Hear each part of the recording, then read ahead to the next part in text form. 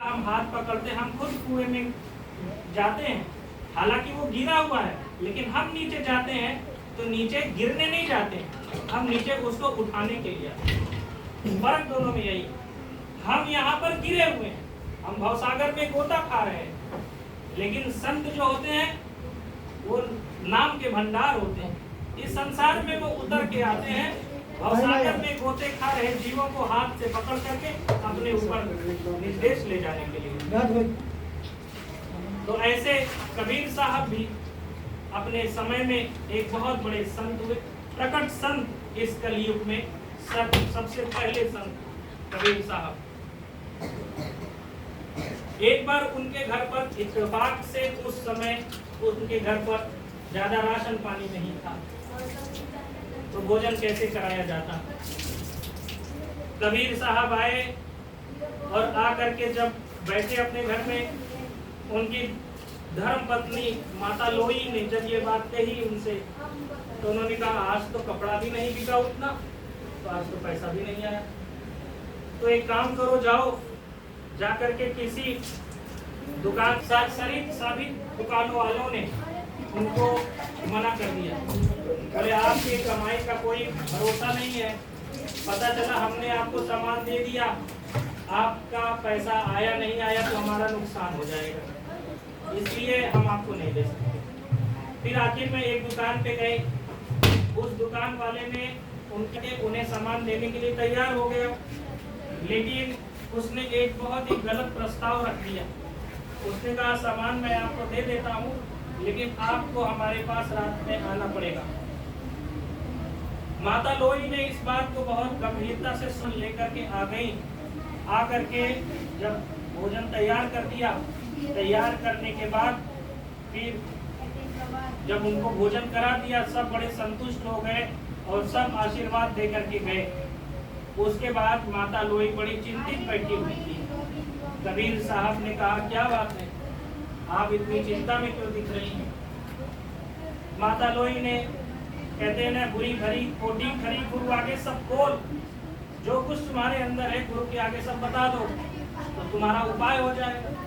और अगर तुम सोचते हो कि नहीं हम नहीं बताएंगे तो नहीं जानेंगे, वो सब जानते हैं, वो अंतर्यामी होते हैं, महात्मा त्रिकालदर्शी होते हैं, वो सभी चीजों की जानकारी रखते हैं, लेकिन व्यवहार ऐसा करते जैसे जानते ना हो, और हम लोग को सुधरने का मौका देते हैं। उस व्यवहार से हमें सुधरने का मौका मिलता है। वे अनजान नहीं है, सदगुरु कभी अनजान नहीं होते, ना कभी बेखबर होते। हमारे हर एक एक क्षण की खबर उनको होती, बस वो बेखबर होने का नाटक करते हैं, ना जानकारी होने का नाटक करते हैं। पाप करके तुम मेरे पास आए हो, पापों को भी ढक देते हैं और हमें सुधरने का मौका देते हैं। तो खोल दिया उनके बाद, उनके सामने अपनी सारी बात रख दिया। लोई ने कहा कि ऐसी ऐसी बात है, उस दुकान वाले ने ये प्रस्ताव। कबीर साहब ने कहा अगर ऐसा है तो चलो, उसने प्रस्ताव रखा है तो भाई चलना ही पड़ेगा। कबीर साहब ने देखा बाहर बड़ी बारिश हो रही, बहुत तेज मूसलाधार बारिश हो रही है। कबीर साहब ने माता लोई को कंबल में उड़ाया, कंबल में उड़ा करके अपने कंधे पर बिठा करके उस बनिए के पास लेकर गए। और जब माता लोई वहां पहुंची, वो बहुत खुश हो गया देखकर, बहुत खुश हो गया, लेकिन उसको ये बड़ा अचंभा लगा कि बाहर इतनी मूसलाधार बारिश हो रही है, लेकिन इनका कपड़ा गीला नहीं है, इनके पैरों में कीचड़ नहीं है, ऐसा कैसे होगा। एकदम जैसे बिना बारिश के लोग जैसे आते हों और कुछ उनके शरीर पर एक बूंद पानी ना हो, पैर में कीचड़ ना लगा हो, तो हमें थोड़ा अचंभा तो होगा ही। तो उसने पूछा उनसे कि आपके कपड़े गीले नहीं हैं, आपके पैर में कीचड़ नहीं है, ये कैसे संभव है। तो माता लोई ने कहा मेरे पति मुझको लेकर के आए और वो बाहर बैठे इंतजार कर रहे हैं। आपका जो प्रस्ताव है आपके लिए मैं यहाँ पर प्रस्तुत हो चुकी हूँ। उस उसके मन में एक बहुत बड़ा प्रश्न पैदा हो गया। उसने कहा दुनिया में ऐसा कौन सा पति होगा जो अपनी पत्नी को ऐसे काम के लिए साथ में लेकर जाए। उसके मन में जिज्ञासा पैदा हो, वो जाता है आगे। कबीर साहब वहां बैठे रहते हैं और संतों का जो स्वरूप होता है उस स्वरूप के आगे संसारी कभी टिक ही नहीं सकता। उनके स्वरूप में वो ताकत, वो पावर होती है, वो सतलोक की अनामी धाम की पावर होती है। तेरी नजरों में कोई करामात है, हर समय होती अमृत की बरसात, हर समय अमृत की बरसात, चेहरे पर खुदा का नूर झलकता रहता है। संतों के चेहरे में वो ताकत होती है जो हर जीव के पास नहीं होता। वो भजन की ताकत होती है, वो भक्ति की ताकत होती है जो चमकता रहता है।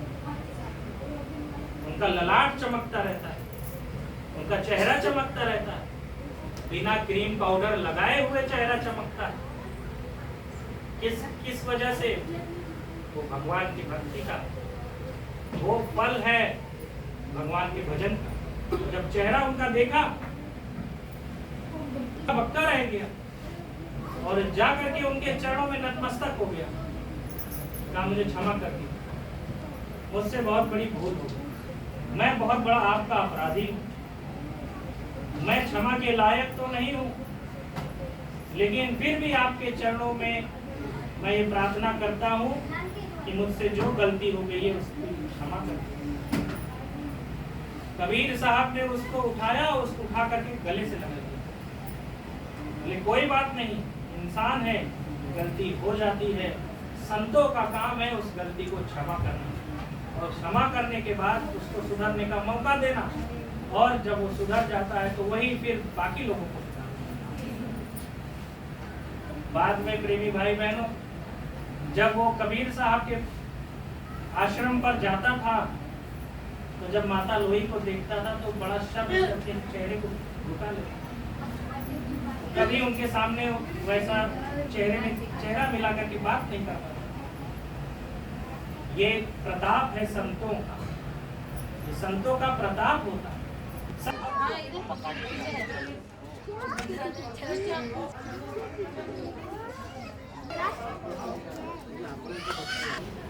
स्वामी जी महाराज सत्संग में प्रार्थना में भी यही बुलवाते थे, यही भजन तेरे संग चलेगा, पाएगा आराम, मन तू भजो गुरु का नाम। अगर गुरु का नाम बराबर भजते रहे और सिर्फ संसार में बस गए तो हम आप धोखे में आ जाएंगे, धोखा खा जाएंगे। परम पूज्य स्वामी जी महाराज ने जय गुरुदेव नाम जगा करके परमात्मा से मिलाने की एक अलग जगाई और लोगों को बताया कि बच्चा ये जय गुरुदेव नाम किसी आदमी इंसान का नाम नहीं, किसी पेड़ पौधे का नाम नहीं, किसी जीव जंतु का नाम नहीं, ये जय गुरुदेव नाम उस परम पिता परमात्मा का नाम, उस परमात्मा का बोध हो सकता है। इसी नाम से मुक्ति मिल सकती है, तुम उस मालिक का दर्शन कर सकते हो, क्योंकि ये दिखाने का काम करेगा, लखाने का काम करेगा।